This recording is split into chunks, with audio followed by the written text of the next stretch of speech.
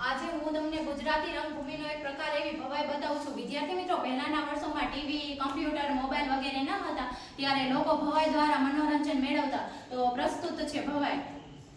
હે લાંબો ડગલો, મૂછો વાંકડી, શિરે પાઘડી રાતી, બોલ બોલ તો તોડી તોડી છેર છબીલો ગુજરાતી, હું છેર છબીલો ગુજરાતી, તન છોટું પણ વન મોટું છે ખમીરવંતી જાતિ, ભલે લાગતો ભલો ભલો, હું છેર છબીલો ગુજરાતી, હું છેર છબીલો ગુજરાતી, તા થયા થયા તા થઈ।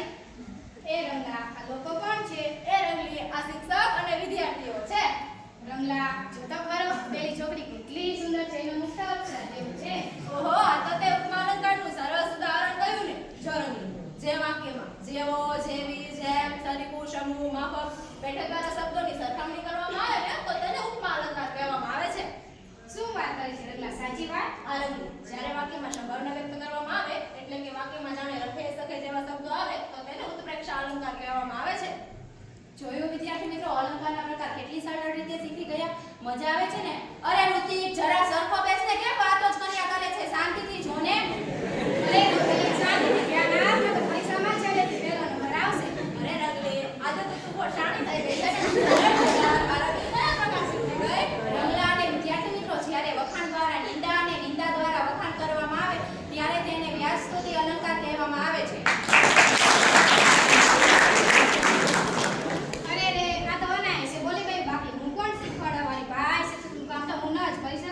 શિક્ષક તો ભાઈ શિક્ષક છે, એના જેવું બીજું કોઈ ન હોય।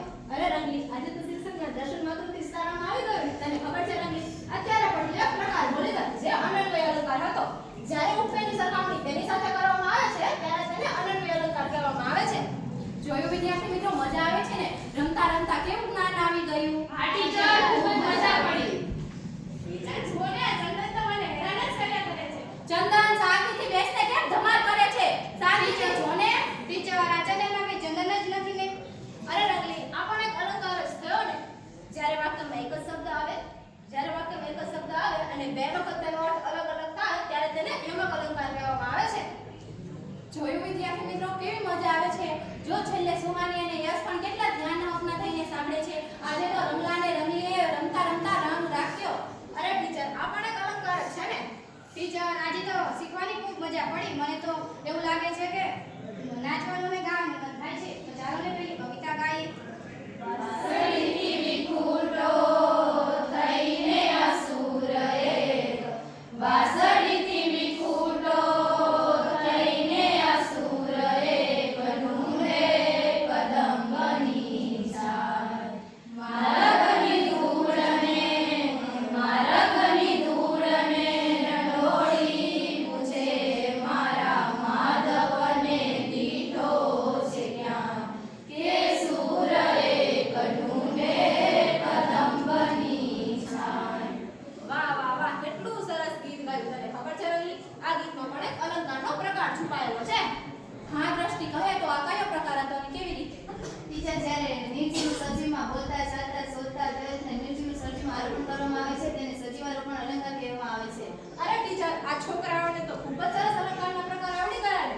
જો તો રંગલી, ત્યાં કોનું આગમન થયું, જેની કાગડોળે રાહ જોવાતી હતી ને? વર્ષાનું।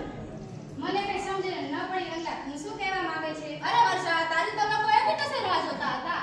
હા, હવે સમજ પડી, આ વર્ષાની બધા રાહ જોતા હતા એમ ને? તો મિત્રો, આ વાક્યમાં પણ એક અલંકાર છુપાયેલો છે। અહીં આપણે વર્ષાના બે અર્થ કાઢી શકીએ છીએ। એક વર્ષા એટલે છોકરીનું નામ,